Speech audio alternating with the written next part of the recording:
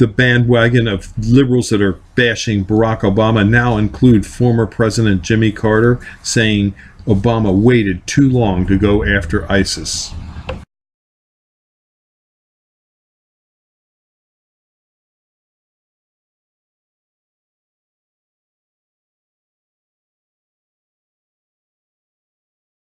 So by not leaving U.S. troops in Iraq, President Obama committed a colossal blunder.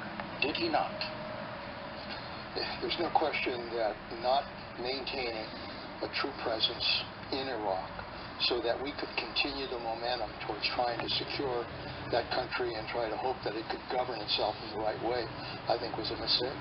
I say it was a colossal blunder, not just a mistake. A mistake is driving your rear view fender into the wall when you're parking your car. This is a colossal blunder that has led to the deaths of tens of thousands of people, because ISIS has now expanded throughout Syria and Iraq and is slaughtering, even today, slaughtering people. Now, the why of it.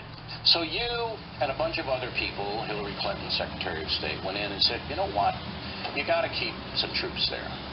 Did you pound the table like I would have, or were you diplomatic like you usually are? Well, I think we made a very strong case that we wanted to at least 10,000. And you looked him in the eye and said, I, Leon Panetta, Secretary of Defense, and I'm assuming Mrs. Clinton did the same thing. I, Hillary Clinton, Secretary of State, and I'm assuming the CIA did the same thing. Exactly. All three of you looked Barack Obama in the eye, like I'm looking you in the eye right now, and said, you have to keep forces there. And he said, well, I don't, Well, Bill, just to keep the record straight here, I think the president did support providing that $10,000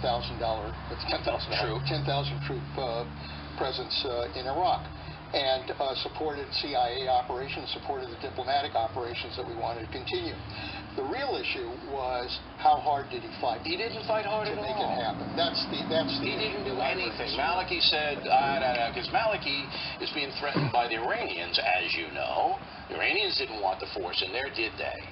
No. The Iranians were trying to influence Maliki. Right. So Maliki folded to the Iranians, and Obama didn't say, we're keeping those guys in.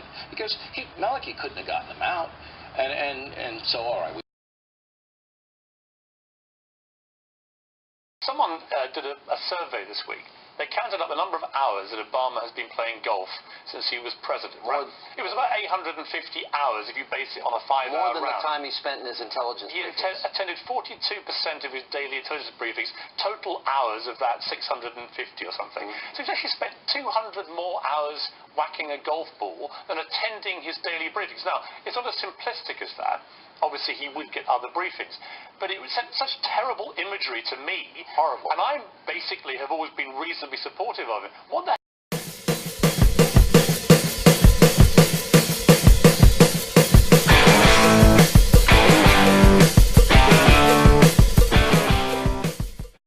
The Centers for Disease Control and Prevention on Tuesday confirmed the first case of Ebola has been diagnosed in the United States. Texas Health Presbyterian Hospital of Dallas officials said in a statement Monday that a patient was being tested for Ebola and had been placed in strict isolation due to the patient's symptoms and recent travel history. No further details are available. Ticks are among the most dangerous parasites that can attack both you and your dog. According to the Center for Disease Control, ticks can be found in the United States that are carriers of microorganisms that can cause human diseases such as Lyme disease and Rocky Mountain spotted fever. We now have a deer bait station that will apply a ticicide to deer to help control these critters, with an effective rate of almost 98% reduction in tick populations in your area. The deer bait station has 4 paint rollers on it, which rub against the ears of the deer while they're eating. It's an efficient way to kill ticks on your property. This bait station has killed up to 98% of the deer ticks in an area. It's recommended that you use 1 feeding station for every 40 acres to get adequate coverage for your property. This feeder uses only, and I repeat, only, whole, clean corn. And the deer will only eat about 1.5 pounds of whole, clean corn per deer per day.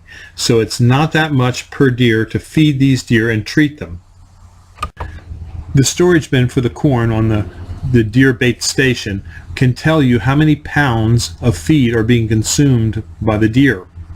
This relates directly to the amount of pesticide you're going to apply to the paint rollers. You need to follow the directions on the label to figure out how much pesticide to apply to the rollers. It's not difficult. It's very easy to do. This is the applicator gun. By squeezing this, fluid will be sucked up through this tube that goes into the can. This is the pesticide. Follow the application directions and wear gloves. This is a new unit, so it's not dirty. But you'll draw in the amount of pesticide needed, and then you'll just push it down on top of the paint roller. So it's very easy to use. If you have any questions about it, read the directions. The directions are thorough.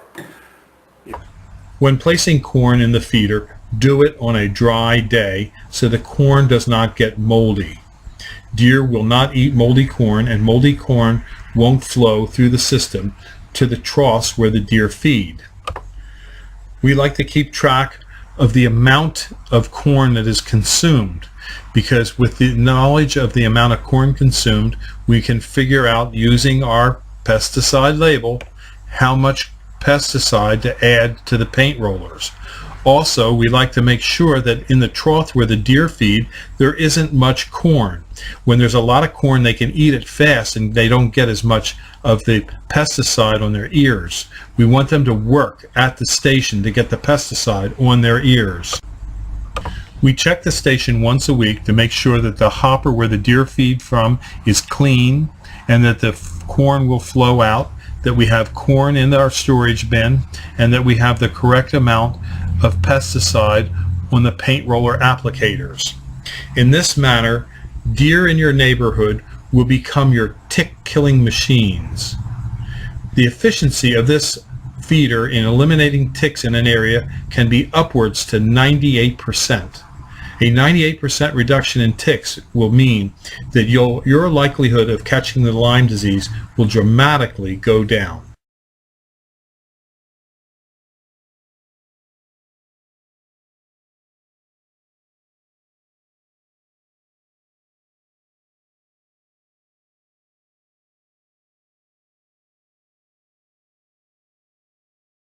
This video is brought to you by Highland Hill Farm.